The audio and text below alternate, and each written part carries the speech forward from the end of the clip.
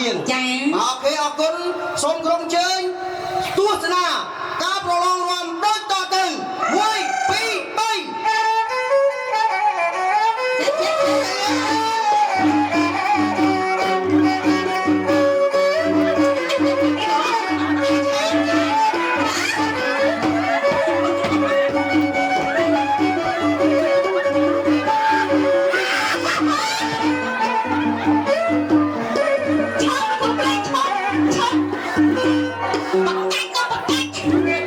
គេចេញទម្រង់មកគេអែមមកណែឃើញទេ